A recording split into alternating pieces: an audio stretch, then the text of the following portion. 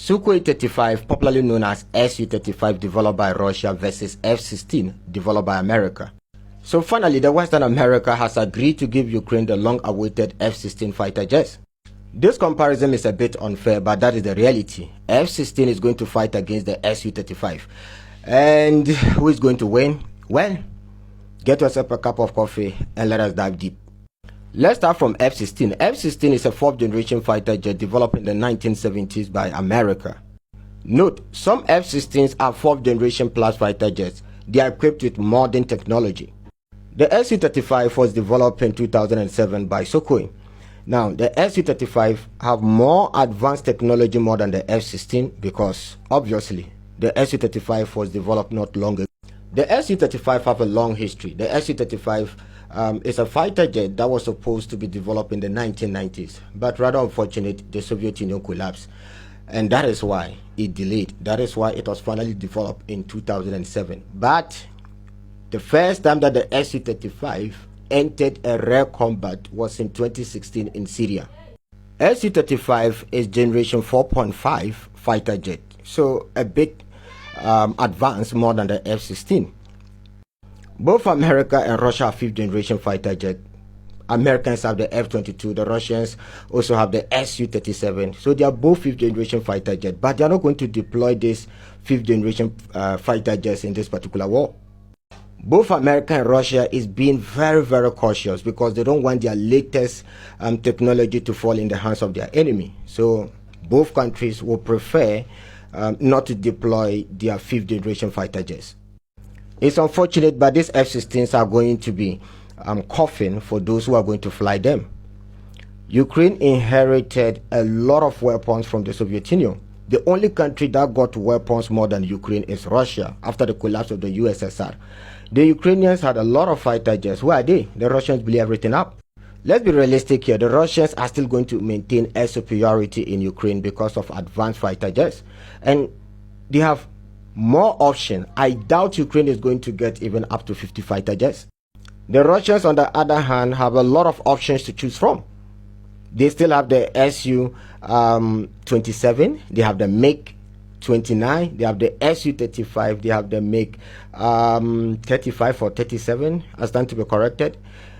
They have the Su-57. In fact, they have a lot of options to choose from. Ukraine have no such luxury to choose.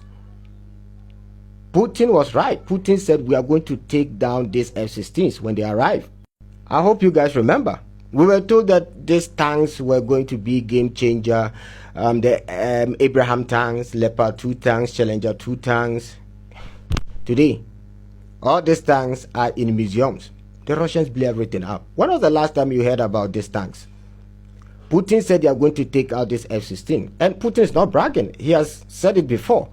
I hope you guys remember the Patriot air defense system. When the West were bragging, he said the Russians are going to take down this air defense system, and they did.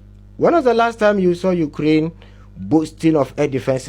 Russia have the most advanced radars and the most advanced air defense system in the world, so it is totally impossible for the F-16 to enter into combat without radars detecting it.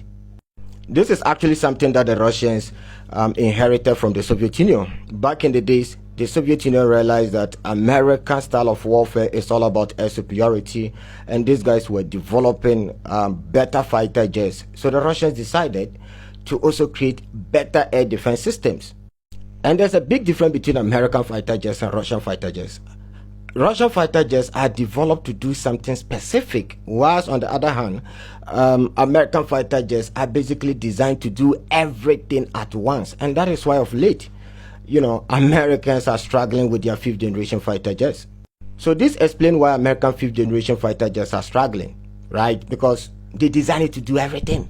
And sometimes the machine cannot handle everything, right?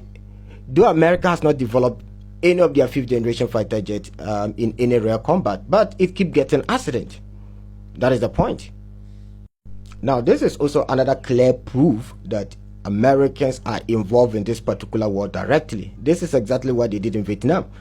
Americans started by denying. They said they were only giving advice to South Vietnam, and later when they realized that South Vietnam was losing, they sent over 500,000 troops against North Vietnam. Yet they still lost, and that is exactly what they are doing here. It is totally impossible for the Ukrainian army to fly the F-16 because they have no experience, and the Ukrainian army is not used to America or Western fighter jets. They've always trained their soldiers based on Soviet standard, right? They are used to Soviet aircraft and not American aircraft. So obviously, all you need is common sense. Americans are going to fly this F-16 fighter jets. That is exactly what they did with the Patriot air defense system. Americans were operating it, yet they denied. When it comes to HIMARS, the same thing. Americans were operating HIMARS, yet they denied it. So don't be surprised if America denied that their soldiers are not flying the F-16. They train Ukrainian soldiers.